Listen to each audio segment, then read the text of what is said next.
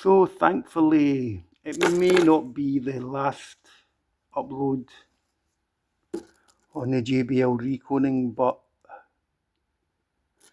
it'll be the last ones before we hear them making a noise again.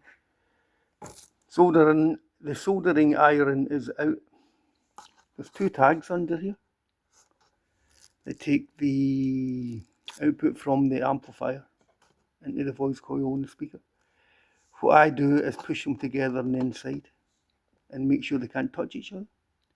You could put a piece of heat shrink over it or something. It's not the way the manufacturer did it in the factory.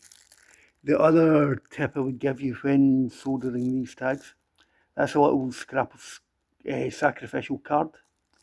A lot of time when you're soldering, debris will come off the end of the soldering iron and drop down. It just stops you damaging the cone. So if you're not good at soldering, maybe ask somebody to give you a hand. The last one,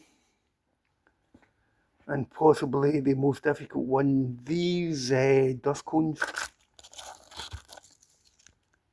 have got a straight edge on them.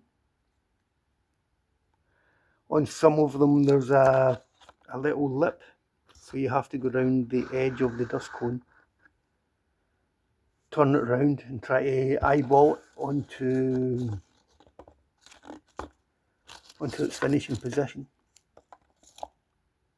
What you can do is you could measure it if you wanted, from the outside to there, put maybe pencil marks round about the dust cone so you know where you're getting it right.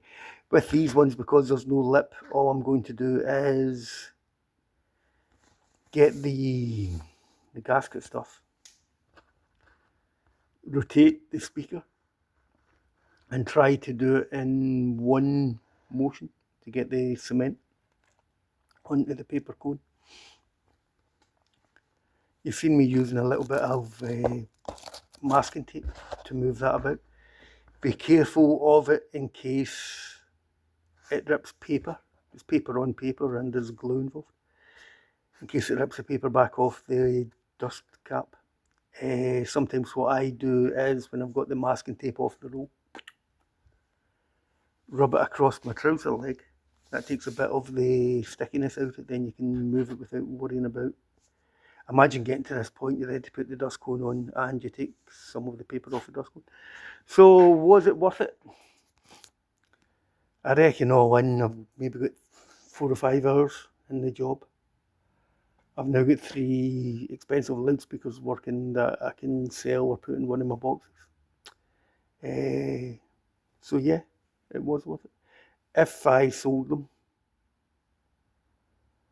I don't know how much I paid for the kits. I don't think I would make that much money. If I put them in my boxes, hired them out for a bit, then sold them, I would make money, wouldn't I? So thanks for sticking with me. I think I'll stick another one up when I've whacked them in some working loudspeaker enclosures and we can have a listen to them. But this is the last one, thankfully. Good to get the job finished, isn't it? Get stuff done and get it out the door. So tip, when you're soldering the tags, put something below it so you don't drop solder onto the cone. And a little bit of masking tape wrapped around about it, self-sticky side out, should enable you to move the dust cone about.